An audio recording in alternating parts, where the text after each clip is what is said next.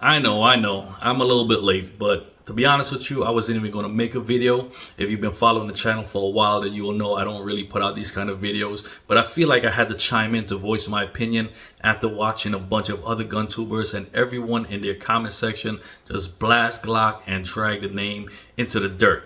Now, mind you, I am no die-hard Glock fanboy or anything like that, but I do have a couple of their pistols and I do respect their reliability and what they've done for the firearm industry. Now, in case you've been living under a rock for the last week or so, let's get you up to speed.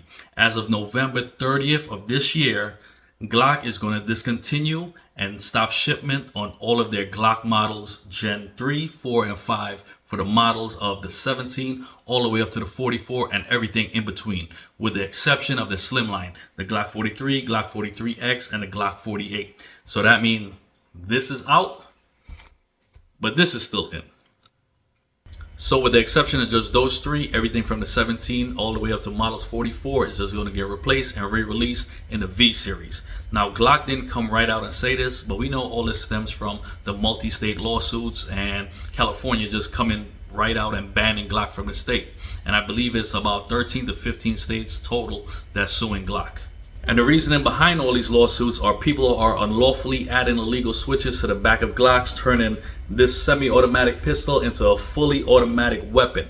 Now, this has been happening for a long time, many years, but these days it's just much more common and much more accessible since 3D printed machines are so inexpensive and anyone could just go buy one and create your own switch. And for those that don't know what a Glock switch is, it's a little toggle switch that attaches to the back of your Glock. It manipulates your cruciform trigger assembly, again, turning this bad boy into a fully automatic weapon. And who's adding all these illegal Glock switches, you might ask? Well, they're criminals. The thugs, the gangsters, the guys that don't ever go to the range to practice their aim. No, they want to rapidly shoot multiple projectiles and hope that they hit their target, their enemy, their ops, with disregard for how many bystanders are there or how many innocent people is next to that person. They don't care. So instead of targeting those criminals and saying you get caught with a Glock switch, you're getting mandatory, 10 years or so. No, they don't do that. What they do is go after the gun company. I guess Coca-Cola got to look out because they might be banned next. A lot of people like to add alcohol with them. I'm just saying. But what's really surprising in all of this is the amount of hate and negativity that Glock has been getting from people for bending the knee, for giving into California's gun ban, for not standing up to all these states in court. A lot of people think the best course of action for Glock to do is to stand up to California by not shipping their guns there anymore, to stand up to the government by not supplying law enforcement with their firearms.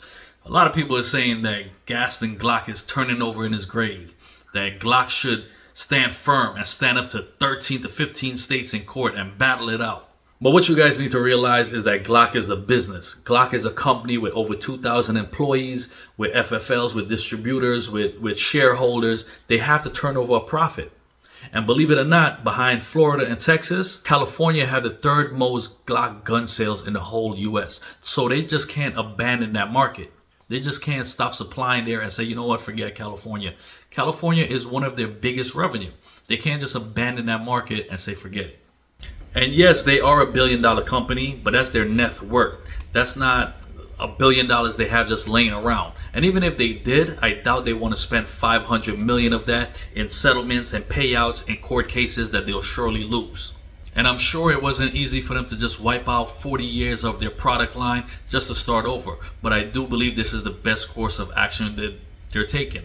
And to be honest with you, I think this is what SIG should have done with their whole P320 fiasco. This is something that they should have done instead of just brushing it under the rug and blaming everybody else's for their mess up. But hey, that's just me. As far as availability goes, I'm sure you're still going to have a bunch of Gen 3, 4, and 5 of your favorite models in circulation at FFLs, at warehouses, at distribution plants. They're still going to have a bunch of law enforcement trade-ins. You're still going to be able to get your hands on them. So don't go panic buying. If you're searching around and you see some ridiculous prices, don't support that nonsense. Just hold off and search a little bit more. Go online, look for deals.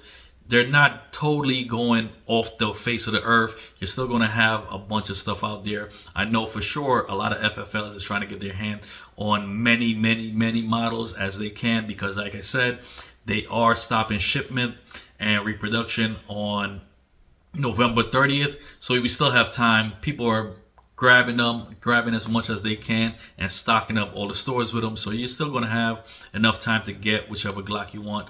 Don't go panic buying. But I'm really curious to know your thoughts on this matter and your point of view. Are you one of those guys that's hating Glock? Are you understanding of why they are doing what they're doing? I don't know. Let me know in the comment section below. I answer everything. I get back to every comment I see. Just make sure you keep it respectful. And that's going to do it for this one. Y'all stay blessed, stay safe, or be dangerous. Peace out.